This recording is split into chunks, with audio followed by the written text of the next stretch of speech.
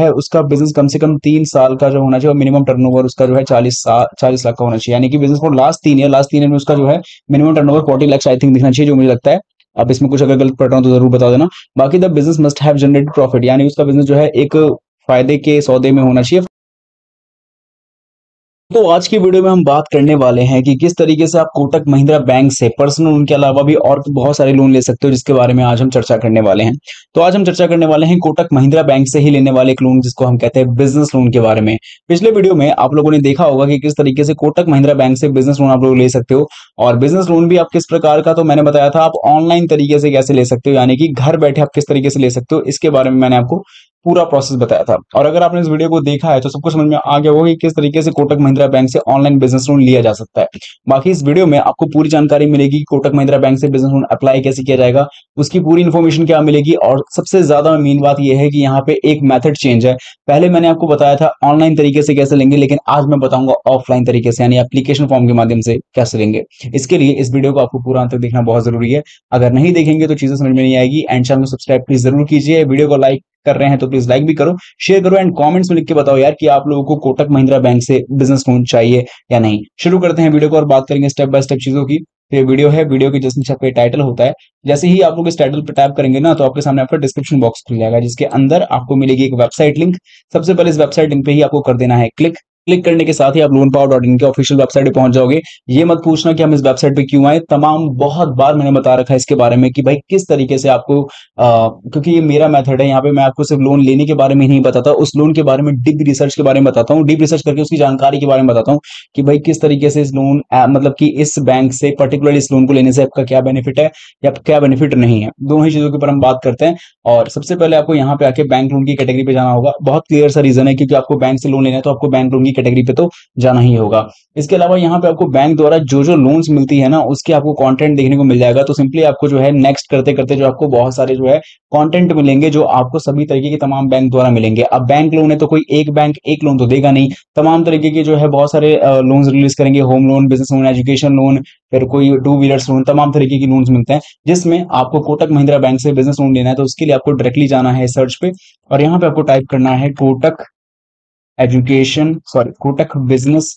ठीक है, इतना कीवर्ड डाल के आपको सिंपली सर्च करना है, तो आपके सामने रिजल्ट मिलेगा कि कोटक महिंद्रा बैंक से, ठीक है, कोटक महिंद्रा बैंक से बिजनेस लोन कैसे लेंगे। तो ये आपके सामने आर्टिकल आ चुका है। इस आर्टिकल को ओपन जैसे ही करेंगे तो आपके सामने पूरी इंफॉर्मेशन आपके सामने डीपली आ जाएगी कि भाई Kotak Mahindra bank business loan क्या है, कोटक महिंद्रा बैंक से बिजनेस लोन लिया कैसे जाता है, कैसे अप्लाई करेंगे, ये तमाम तरीके की सारी जानकारी आपको इसी आर्टिकल में मिल जाएगी। ठीक है, तो बहुत सारे लोग जो है आर्टिकल को नहीं पढ़ते हैं, तो मैं आप लोगों से एक ही चीज कहूंगा कि प्लीज इस आर्टिकल को जरूर से पढ़े। अगर आप इस आर्टिकल को नहीं पढ़ोगे तो बहुत चीजें मिस आउट कर जाओगे। हाँ, अगर इस चीज को लेकर डाउट है कि भाई हिंदी में नहीं है, तो कोई दिक्कत नहीं, आप इसको हिंदी में भी ट्रांसलेट करके बड़ी ही आसानी से पढ़ सकते हो। जैसे कि आपको पता चलेगा कि बिजनेस लोन क्या है, बिजनेस लोन में लोन कितना मिल जाता है, या इसके अलावा आपको ब्याज कितना पे करना पड़ेगा अगर आप बिजनेस लोन यहाँ से अप्लाई करते हैं, तो लोन आपको कितने दिनों के लिए मिलता है, या लोन लेने के लिए कौन कौन से इंपॉर्टेंट डॉक्यूमेंट्स चाहिए, या और भी बहुत सारी चीजें जो आप जानना चाहते हो वो आपको इसी आर्टिकल के माध्यम से पता चलेगा।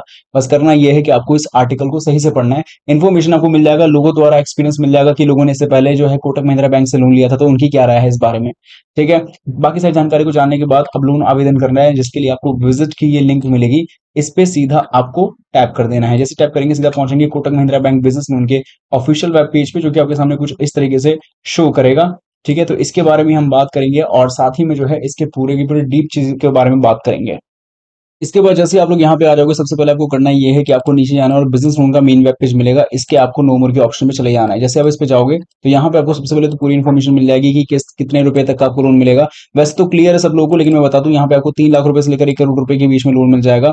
और बिजनेस लोन जो है बिना किसी सिक्योरिटी, बिना किसी कैलकुलेटर का आपको मिल जाएगा, और जल्दी लोन मिलेगा। इसके ऊपर जो है हैसल फ्री प्रोसेसिंग रहेगा, और एक अच्छा खासा टाइम लाइन के लिए आपको लोन मिल जाएगा। कहने का मतलब ये है।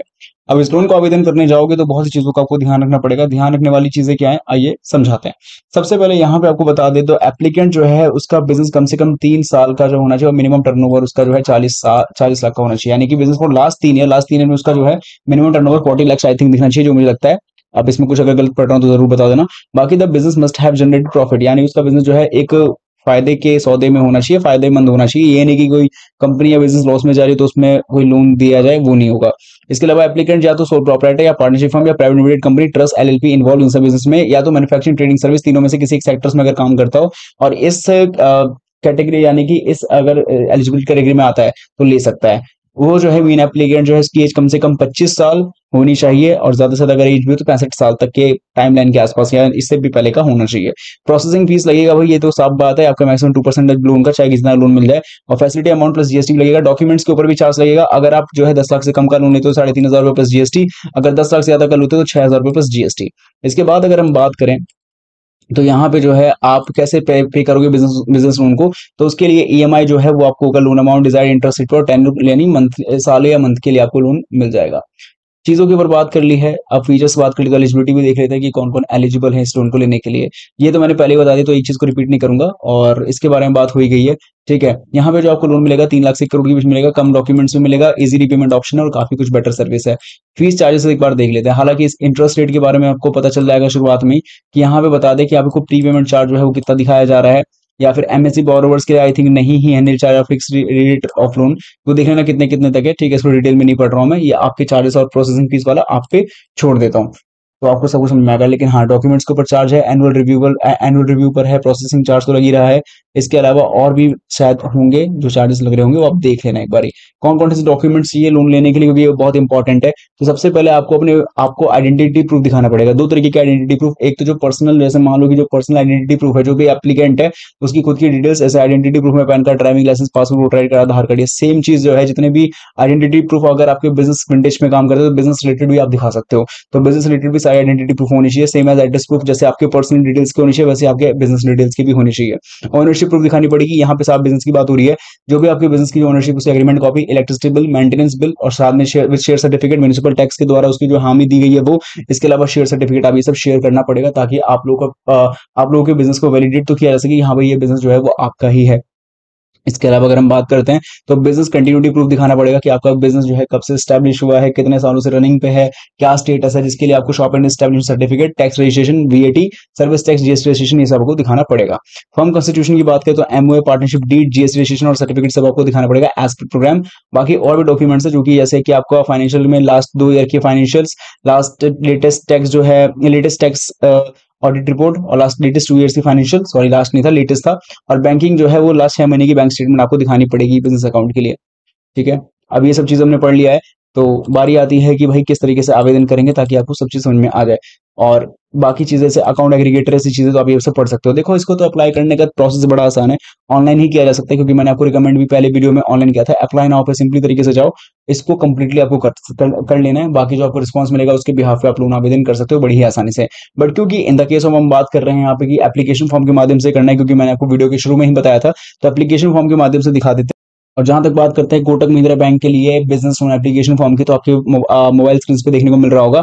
ये कितने 6 पेजेस का आई थिंक एप्लीकेशन फॉर्म है और सिर्फ इंग्लिश में ही है, जो कि आप लोगों को भरना होगा। डॉक्यूमेंट की लिस्ट तो मैंने आपको बता ही दी है, उन डॉक्यूमेंट्स की लिस्ट को तैयार रख लो। इस जो देख सकते हो इसका प्रिंट आप लोग जो है ले सकते हो, कोटक महिंद्रा बैंक की ऑफिशियल वेबसाइट से मैंने इसको पाया, तो आप लोग भी पा सकते हो।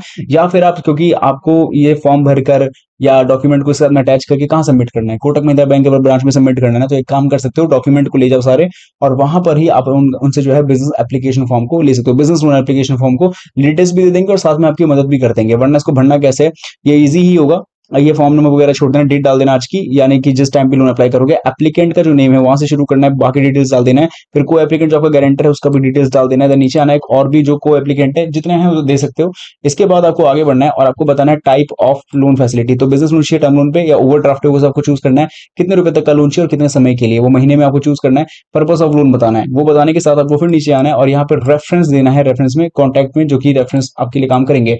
डिक्लेरेशन दे सकते हो इंडिविजुअल के तौर पर, क्या क्या यहाँ पे सवाल पूछा जा रहा है वो नीचे करने के साथ ही आपको नीचे आना है। और फिर आता है यहाँ पे आपका एक सेगमेंट जहाँ पे जो है most important terms and condition जो है एक बार देख लेना है क्या क्या पूछे जा रहे हैं। ठीक है, एंड इसके बाद यहाँ पे चाहिए जो है सिग्नेचर एंड फोटो एप्लीकेंट, को एप्लीकेंट और गारंटर। तो सबसे पहले जो मेन एप्लीकेंट है उसको अपनी फोटोग्राफ अटैच करनी, 6 महीने से ज्यादा पुरानी नहीं होनी चाहिए। सिग्नेचर या ऑफिशियल स्टैम्प कर सकते हो और नेम और प्लेस और डेट वो डाल देना। अगर को एप्लीकेंट भी आपके सही हुए हैं तो उनकी भी डिटेल्स और फोटोग्राफ आपको यहाँ पे अटैच करनी पड़ेगी विद सिग्नेचर। ये चीज करने के साथ ही आप नीचे आओगे तो यहाँ पे आपको जो है यहाँ पे कुछ और चीज जैसे कि प्रोसेसिंग फीस पे क्या टैक्स लग रहा है, यानी चार्जेस कितने लग रहा है, डॉक्यूमेंट्स के ऊपर क्या लग रहा है, सबकी चार्जेस की लिस्ट मिल जाएगी, ताकि आपको एप्लीकेशन जब आप सबमिट करो तो आपको पता रहे कि भाई किन किन चीजों के ऊपर क्या क्या चार्ज लगने वाला है। बाकी इंडिकेटिव लिस्ट ऑफ डॉक्यूमेंट्स क्या क्या चाहिए, देखो यहाँ पे आपको document of all applicant, proof of identity वाला भी दिखाया था, ऑनरशिप वाली बताई दी थी, पार्टनरशिप फॉर्म के लिए भी डॉक्यूमेंट जो है उसके होनी चाहिए जो बिजनेस को वैलिडेट कर पाए, और भी सभी तरीके के जितने भी डॉक्यूमेंट्स आप देख सकते हो। बाकी यहाँ पे जो नीचे आएगा बैंक यूज केस को छोड़ देना, और यही है, इसको फॉर्म को कंप्लीटली फिल करके डॉक्यूमेंट को अटैच करके सबमिट कर देना है। तो यहाँ से आपका बिजनेस लोन का जो है ये काम पूरी तरीके से फिनिश हो जाएगा। और यही है जिस वीडियो में आपने देखा कि किस तरीके से बिजनेस लोन लिया जा सकता है कोटक महिंद्रा बैंक से। बाकी जो भी रहा है कमेंट्स में लिख के बताइएगा।